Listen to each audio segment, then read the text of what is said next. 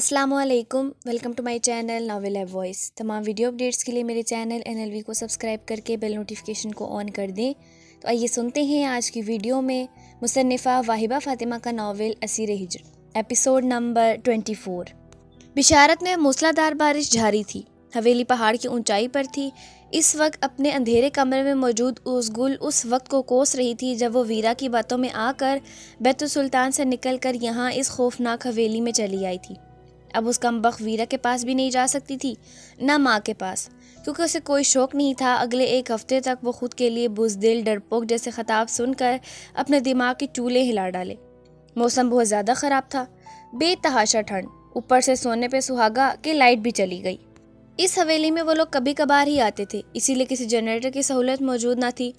اوزگل خود کو گردن تک کمفرٹر میں دبکائے اپنے موبائل کا ٹارچ جلا کر اپنے بستر پر سہمی بیٹھی آیت الکرسی کا ورد کر کے اپنا ڈر بھگا رہی تھی کہ دفتن آسمان پر اس قدر زور سے بجلی چمکی اور ایسی دھماکے دار آواز آئی کہ اوزگل کے منہ سے ایک ہلکی سی چیخ برآمد ہوئی اور اس نے اپنا چہرہ کمفرٹر میں چھپا لیا۔ یا اللہ، کہیں سے ان کو میرے پاس بھیج دو۔ وہ تھر تھر کانپتی التجا کرتی یہ تک بھول گئی کہ خود اسے اپنے منہ سے کہا ہے کہ وہ کبھی بھی رات کے اندھیروں میں اس کے پاس نہ آئے۔ اسے یاد آیا تو اب خود کو کوسنے لگی، لیکن دماغ میں اچانک کلک سا ہوا۔ ایک منٹ، وہ تو رخصتی سے پہلے کہا تھا، رخصتی کی بات تو نہیں۔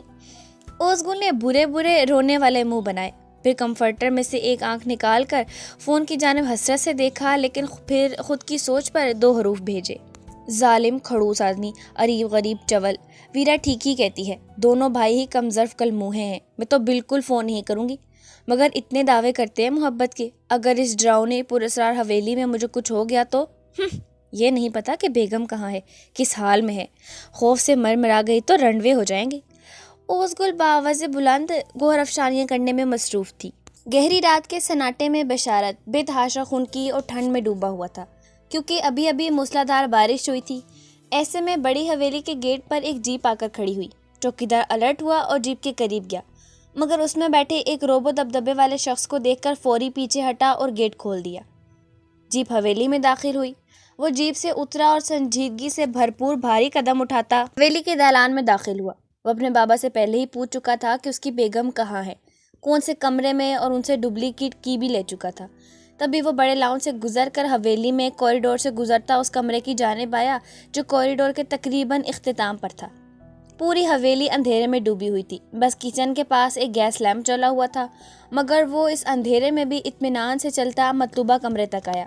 ڈپلیکیٹ کی سے دروازہ کھول کر کمرے میں داخل ہوا تو وہ چھوٹی سی جان خوف و دہشت سے تھر تھر کانپتی مختلف گوہر افشانیوں میں مصروف تھی۔ عرب سلیمان اس کی گوہر افشانیوں سے اچھا خاصا محفوظ ہوا۔ اوزگل کو کمرے میں کسی کی موجودگی کا احساس ہوا۔ وہ کمفرٹر سر پر تانے ہوئے ایک جھٹکے سے اٹھ بیٹھی۔ عریب جو کہ بیڈ کے قریب پہنچ چکا تھا، اس کے اس اچانک رد عمل پر 1 فٹ اوپر اچھلا۔ یہ یہاں بھوت ہے کیا؟ وہ اپنا ڈر بھگانے کو خود سے ہی باتیں کرنے میں مصروف تھی، جبکہ عریب نے خود کو بھوت کہے جانے پر اچھا خاصا برا مناتے اس ڈارک براؤن کمبل کو گھورا جس میں اس وقت وہ چھپی ہوئی اب باوضع بلند آیت الکرسی کا ورد کر رہی تھی۔ عریب کو اب بے تحاشا ہنسی آئی، مگر ضبط کر گیا۔ ہاں، یہاں بھوت ہے اور آج میں تمہیں کھا جاؤں گا۔ عریب سنجیدگی سے کہتے بیڈ پر پھیٹا، ہاں مگر اوزگل پر ضرور سکتہ طاری ہوا تھا۔ یا اللہ بچا لے مجھے۔ دیکھو بھوت جی، آگے وہ کم ڈراؤنے اور خوفناک ہیں جو تم بھی ان کی آواز میں ڈرا رہے ہو۔ دیکھو، چلے جاؤ یہاں سے۔ اوزگل نے کپ کپاتی آواز میں بھوت جی سے التجا کی، مگر عریب نے ایک سرد سانس کھینچی اور کمبل اٹھا کر خود بھی کمبل میں گھس گیا۔ اوزگل کے منہ سے چیخ بلند ہونے والی تھی جب عریب نے اس کا منہ اپنے ہاتھ سے بند کیا۔ اب منظر کچھ یوں تھا کہ وہ دونوں کمبل کے اندر آمنے سامنے تھے، جبکہ عریب نے کمبل کے اندر اپنے موبائل کی ٹارچ آن کر لی۔ اوزگل کی آنکھیں اسے اپنے سامنے دیکھ حیرت سے پھیل گئیں۔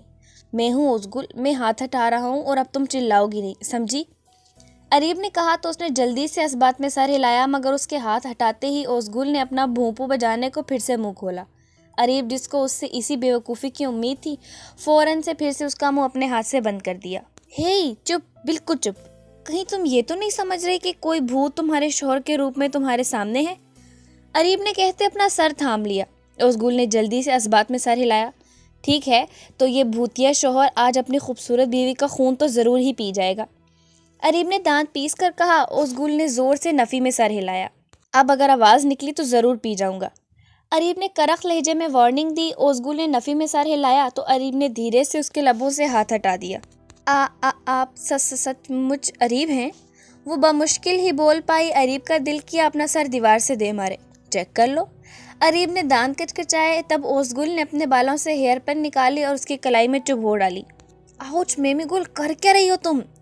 اریب نے اسے آنکھیں دکھائیں مگر وہ اس کی خون کی ننھی سی بوند دیکھ کر بچوں کی طرح خوش ہوئی اور اس کے سینے سے لپٹ گئی۔ شکر ہے آپ آ گئے، اب مجھے چھوڑ کر کہیں بھی مت جائیے گا، مجھے بہت ڈر لگ رہا تھا قسم سے۔ اوزگل بولے گئی، نہیں میں تو آج رات کہیں نہیں جا رہا بلکہ اپنی بیوی کے ہوش ٹھکانے لگانے آیا ہوں۔ جتنی گستاخی کر چکی ہے اب سزا تو بنتی ہی ہے۔ اریب نے اس کے گرد باہیں پھیلا کر سکون سے آنکھیں موندی مگر وہ ایک لمحے میں اس سے دور ہوئی۔ دونوں بچوں کی طرح ابھی بھی کمفرٹر میں گھسے ایک دوسرے کو گھور رہے تھے۔ ایک منٹ، ناراض تو آپ سے میں ہوں تو آپ کس خوشی میں مجھے سزا دیں گے؟ کیسی گستاخی، کیسی سزا؟ اوزگل نے بھی اسے آنکھیں دکھائیں مگر اس کے اس انداز پر اریب سلیمان کو کم از کم ہنسی ہی آئی تھی۔ مجھے پوچھے بتائے بغیر یہاں آنے کی گستاخی اور اپنے فرشتہ صفت شوہر کو بھوت کہنے کی سزا۔ استغفر اللہ، توبہ توبہ، فرشتہ صفت؟ دیکھنا کہیں حویلی کی چھت ہمارے سر پر نہ آن گرے، اتنے بڑے جھوٹ۔ ابھی اس کی بات مکمل نہیں ہوئی تھی کہ اریب نے اس کے لبوں پر اپنے لب جما کر اس کی بولتی بند کی۔ کافی فسوخیز لمحے تھے۔ اوزگل نے مزاحمت کرنے کے بجائے اس کی گردن کے گرد بازو حمائل کر دیے۔ اریب اس کے اوپر جھکا۔ اتنے بھاری کمفرٹر میں وہ اپنا توازن برقرار نہیں رکھ پا رہی تھی، اسی لیے نڈھال سی تکیے پر جا پڑی، جبکہ اریب پل بھر کو بھی اسے جدا نہیں ہو پایا تھا۔ تبھی اس کے اوپر ہی گہری گھٹا سا چھا گیا۔ وہ اس کی سانسوں میں اپنی سانسوں کی خوشبو انڈیلنے لگا۔ اوزگل کا تنفس بگڑا تو اریب نرمی سے پیچھے ہٹا۔ وہ گہرے سانس بھرتی اپنی بے قابو ہوتی سانسوں پر قابو پانے لگی۔ بہت بولنے لگی ہو بیگم، لیکن مجھے یہ بولتی بند کرنا آتی ہے، اریب کہتے لمحہ بلمحہ اس کی روح میں اترنے لگا۔ دور ہٹے مجھ سے، میں ناراض ہوں آپ سے۔ اوزگل کا لہجہ لڑکھڑا گیا تو وہ مسکرایا۔ یہ ناراضگی ہی تو دور کرنے آیا ہوں۔ یہ کون سا طریقہ ہے ناراضگی دور کرنے کا؟ آپ تو چاہتے ہی یہی ہیں کہ مجھے کچھ ہو جائے۔ وہ اس کے کندھے پر اپنے ناخن گاڑ کر بولی، ہاں میں چاہتا ہوں کہ تم میرے عشق میں پاپ گر ہو جاؤ۔ اریب نے بھی اب معنی خیزی سے کہا، آپ کہاں چلے گئے تھے؟ کہاں چلے جاتے ہیں مجھے چھوڑ کر؟ آپ کو پتہ ہے میں خود کو کتنا اکیلا محسوس کرتی ہوں۔ اب کی بار اوزگل نے سنجیدگی سے پوچھا تھا، لہجہ کافی اداس تھا۔ اریب بھی سیریس ہوا، اگر مجبوری نہ ہو میری جان تو کبھی تو میں اکیلا چھوڑ کر نہیں جاؤں، ہمیشہ تمہارے پلو سے بندھا رہوں۔ اریب نے اس کا ہاتھ تھام کر اس کی انگلیوں کی پوروں کو چوما، تکیے پر نیم دراز ہو کر اس کا سر اپنے سینے پر رکھا۔ اوزگل نے اس کے سینے سے لپٹ کر اس کے گرد اپنا بازو حمائل کیا۔ اریب نے اس کی کمر پر اپنے ہاتھ کی گرفت بنائی اور اسے نرمی سے تھپکنے لگا۔ اب بھی ڈر لگ رہا ہے میری جان؟ اریب نے انتہائی نرمی مگر شدت سے اس کے ماتھے پر ایک نرم گرم بوسہ دیا۔ اوزگل نے آنکھیں بند کر کے نفی میں سر ہلایا۔ آپ کے آنے سے پہلے بہت زیادہ خوفزدہ تھی، بہت ڈر لگ رہا تھا مجھے، مگر اب میں ٹھیک ہوں۔ اوزگل نے فراغ دلی کا مظاہرہ کرتے قبول کیا کہ وہ کچھ دیر قبل کیا محسوس کر رہی تھی۔ تمہیں ایسا کیوں لگا کہ اب رخصتی کے بعد بھی میں اس بات پر قائم رہوں گا کہ میں رات کے وقت تمہارے پاس نہیں آ سکتا؟ میں جب چاہے، جیسے چاہے، جس وقت میری مرضی ہوئی تمہارے پاس، تمہارے بہت قریب آ سکتا ہوں۔ سمجھی؟ کون ہے جو اریب سلیمان خانزادہ کو تمہارے قریب آنے سے اب روک سکتا ہے؟ اریب نے کہتے تھوڑی سے تھام کر اس کا چہرہ اوپر اٹھایا اور اسے دیوانہ وار چوم ڈالا۔ اریب، مجھے نیند آ رہی ہے۔ اس کی شدتوں سے گھبرا کر اوزگل نے اس کے سینے میں اپنا چہرہ چھپایا۔ اچھا چلو سو جاؤ، آج تنگ نہیں کروں گا۔ اریب نے بھی فراغ دلی کا مظاہرہ کیا، اس کی پشت اپنے ہاتھ سے نرمی سے سہلائی کہ وہ سکون محسوس کر کے سو جائے، جبکہ اوزگل کے لبوں پر ایک شرارت بھری مسکراہٹ مچل گئی، مگر وہ شرافت سے آنکھیں موندے لیٹی رہی کہ جانتی تھی اس سوئے شیر کو جگا بیٹھتی تو خود کے چھپنے کی جگہ بھی نہیں ملنی تھی اسے۔ کچھ ہی دیر میں وہ شخص کی محفوظ پناہ گاہوں میں سکون کی گہری نیند سو چکی تھی۔